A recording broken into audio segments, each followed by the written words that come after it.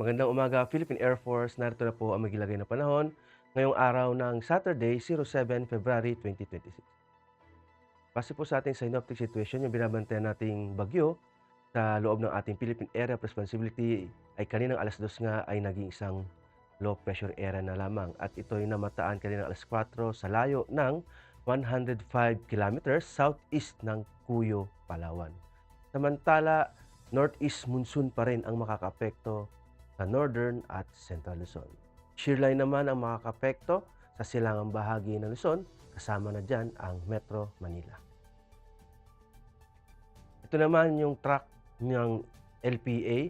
Inaasahan nga natin ito na ngayong araw ay malulusaw na ito at yung shearline ang makakaapekto dito sa silangang bahagi ng Luzon na magdudulot ng maulap na kalangitan na may kasamang kulog at kidlat. At para naman sa magiging general area forecast, dulot nga pa rin ng low pressure area ang Mimaropa, kanlurang bahagi ng Visayas ay makakaranas ng maulap na kalangitan na may kalat-kalat na pag-ulan, kidlat at kulog. Samantala sa Metro Manila, Calabarzon, Aurora, Bicol Region at northern part ng Samar ay makakaranas ng maulap na kalangitan na may kalat-kalat na pag-ulan, kulog at kidlat, dulot yan ng shearline. Sa Aurora, sa Cagayan, Isabela, Apayao, Batanes, makakaranas din ng maulap na kalangitan na may mahinang pag-ulan, dulot yan ng northeast monsoon. Sa nalabing bahagi ng Luzon, magiging bahagyang maulap hanggang sa maulap na papawirin na may mahinang pag-ulan. Sa Mindanao, magiging generally fair weather, dulot ito ng mga localized thunderstorm. At para naman sa impact to flight operation, dulot nga ng low pressure area ang kanlurang bahagi ng Visayas, Negros Island at Mimaropa. Ang main hazard nito ay yung circulation ng nagdadala ng maulap na kalangitan na may mga variable winds. Ang impact nito sa rotary, variable surface winds, and low visibility may restrict to BFR. At sa fixed wing naman, cloudy skies and intermittent rain may cause minor delays and IFR approaches. Dulot nga ng shearline ang Metro Manila, Calabarzon, Bicol Region, Aurora, Northern Samar at Eastern Samar.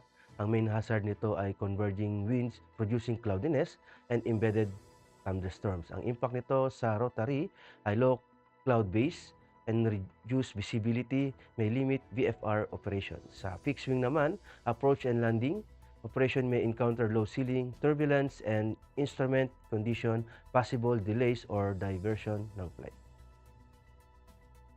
Dulot nga ng northeast monsoon ang Batanes, Cagayan, Isabela, Apayao at sa nalabing bahagi ng Luzon, cool and dry northeasterly flow bringing strong winds at ng mga mahinang pag-ulan.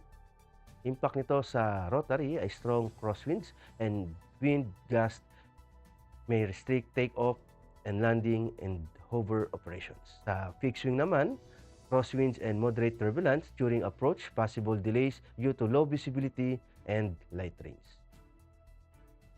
Sa nalabing bahagi ng bansa, dulot ng localized thunderstorms, inaasahan ng main hazard dito ay tuwing hapon ang convergence development, producing gust fronts and heavy rain. Ang impact nito sa rotary, sudden downburst, gusty winds and reduced visibility and avoid mga CB areas. At ang fixed wing naman, severe turbulence and wind shear during approach, departure, temporary delays or diversion possible.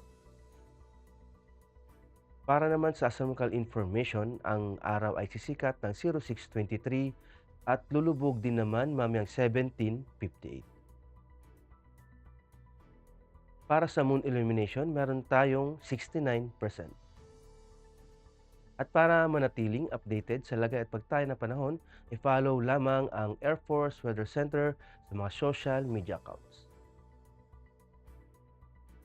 Sa ngalan ng aming commanding officer na si Colonel Alvin Jan Cugador, PAF GSC, ako po si Technical Sergeant Brian Benedict Garcia, Weather Forecaster ng Air Force Weather Center. Maraming salamat po.